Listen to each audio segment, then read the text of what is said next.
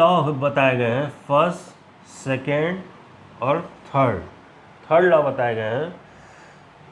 First law, Newton first law, Newton second law और Newton third law. First law को मैं explain करूँगा। मेरी कोशिश मित्रों ये रहती है कि आपके दिमाग में चीज़ें आसानी से बैठ जाए। मेरी कोशिश अक्सर यही रहती है, इसीलिए मैं चीज़ों को बहुत आसानी से आपके पास तक पहुंचाने की कोशिश करता हूं। डिफिनीशन हुआ, स्टेटमेंट हुआ, ये तो किसी भी कहीं भी नेट पे या कहीं किसी भी बुक में आप आराम से जो है देख सकते हैं, लेकिन मेरी कोशिश ये रहती है आपके दिमाग में चीज़ें जाके फिट बैठ जाए। इसीलिए मैं इस तरीके से एक्सप्लेन करूँगा कि आपके दिमाग में पूरी तरीके से जो चीज़ें हैं वो बैठ जाएंगी। जैसे न्यूटन फर्स्ट लॉ क्या बोलता है, जो न्यूटन फर्स्ट लॉ है वो बोलता है कि अगर कोई ऑब्जेक्ट जो है रुका है तो रुका रहेगा, और अगर मूव कर रहा है तो मूव करता रहेगा। क्या बताया मैंने? रुका है तो रुका रहेगा, और अगर मूव कर रहा है तो मूव करता रहेगा।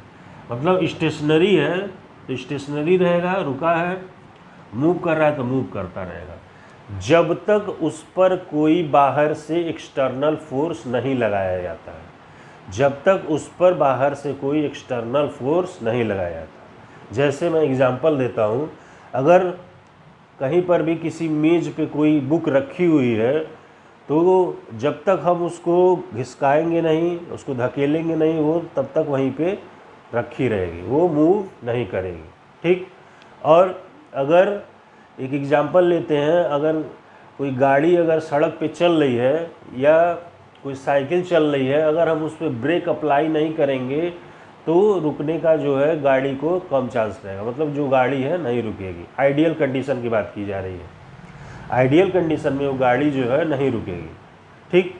तो यहाँ पे मैं समझाना चाहता हूँ, मैंने क्या कहा, रुका है कोई ऑब्जेक्ट तो रुका रहेगा, और मूव करता है तो मूव करता रहेगा, उस पर कोई जब तक एक्सटर्नल फोर्स न लगाया जाए। ये इसी को क्या कहते हैं, न्यूटन फर्स्ट लॉ। क्या कहते हैं? Newton's first law. इसी को क्या कहते हैं, न्यूटन फर्स्ट लॉ बोलते हैं। ठीक है। इसमें एक पॉइंट आता है इनर्शिया। इनर्शिया क्या होता है? डिफरेंट डिफिनीशन बताई जाती है और डिफरेंट तरीके बताए जाते हैं इनर्शिया के, लेकिन मैं आपको एक आसान सा तरीका बताता हूँ। जैसे इलेक्ट्रिसिटी में जो काम रेजिस्टेंस का होता है, वही प्रॉपर्टी जो रेजिस्टेंस और रेजिस्टिविटी की होती है, वही काम इनर्शिया का होता है। मतलब इनर्शिया क्या होता है, अगर कोई ऑब्जेक्ट मूव कर रहा है और उसको रोकने का प्रयास किया जाएगा तो वो रुकेगी नहीं, तो उसकी उसी प्रॉपर्टी को क्या कहेंगे, उस ऑब्जेक्ट की इनर्शिया कहेंगे। ठीक। और अगर कोई ऑब्जेक्ट रुका हुआ है तो उसको मूव कराया जाए तो मूव नहीं करेगा, पहले वो क्या करेगा, मूव करने का विरोध करेगा, तो उसी को उसकी क्या कहेंगे, इनर्शिया कहेंगे। उसमें तमाम एग्जाम्पल दी जाती है, बुक में भी तमाम एग्जाम्पल दी हुई है कि अगर हम किसी बस में चलते हैं और बस अगर मूविंग कंडीशन में है तो अचानक ब्रेक लगता है तो हमारा शरीर आगे की तरफ चला जाता है। क्यों? क्योंकि जो हमारा शरीर जो है मूव कर रहा है बस के साथ मूव कर रहा है, लेकिन अचानक ब्रेक लगा है तो रुक गया है, लेकिन बस की डायरेक्शन जिस डायरेक्शन में थी उसी डायरेक्शन में हमारा जो शरीर है वो क्या हो गया, मूव कर गया। ये सारी चीज़ें जो है बताई जाती हैं। तो इनर्शिया जो प्रॉपर्टी क्या है, वो एक रेजिस्टिविटी प्रॉपर्टी है। मतलब ऑब्जेक्ट क्या होता है, अगर कोई भी ऑब्जेक्ट है तो वो मूव कर रहा है तो मूव करता रहेगा, रुका है तो रुका है। अगर उस पर एक्सटर्नल फोर्स लगाया जाएगा तो वो ऑब्जेक्ट क्या करेगा, कभी भी मूव नहीं होना चाहेगा, या अगर रुका हुआ है तो रुका ही रहना चाहेगा, मूव नहीं होना चाहेगा, और अगर मूव कर रहा है तो वो ऑब्जेक्ट कभी भी रुकना नहीं चाहेगा। तो अगर उसी प्रॉपर्टी को क्या बोलेंगे, इनर्शिया बोलेंगे। ठीक है। सेकेंड लॉ फ्रेंड्स ये है, F इजक्वल टू एम में। सिंपल। सेकेंड लॉ क्या है, F इजक्वल टू एम में, मतलब जो फोर्स लगाया जाता है वो प्रोडक्ट होता है मास और उसके एक्सेलरेशन का। थर्ड लॉ क्या है, न्यूटन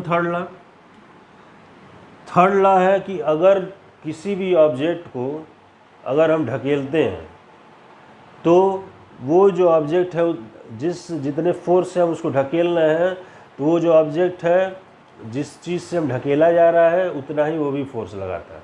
मतलब अगर ये दीवार है,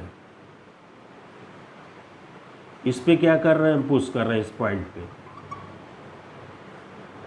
अगर हम 3 न्यूटन का इस पे फोर्स लगा रहे हैं तो ये दीवार भी क्या करेगी, 3 न्यूटन का फोर्स लगाएगी इसी पॉइंट पे।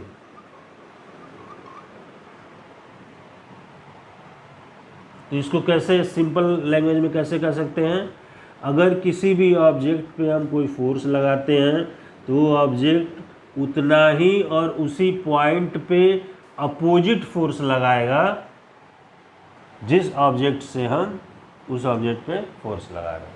ठीक, equal and opposite reaction on that point is called Newton third law.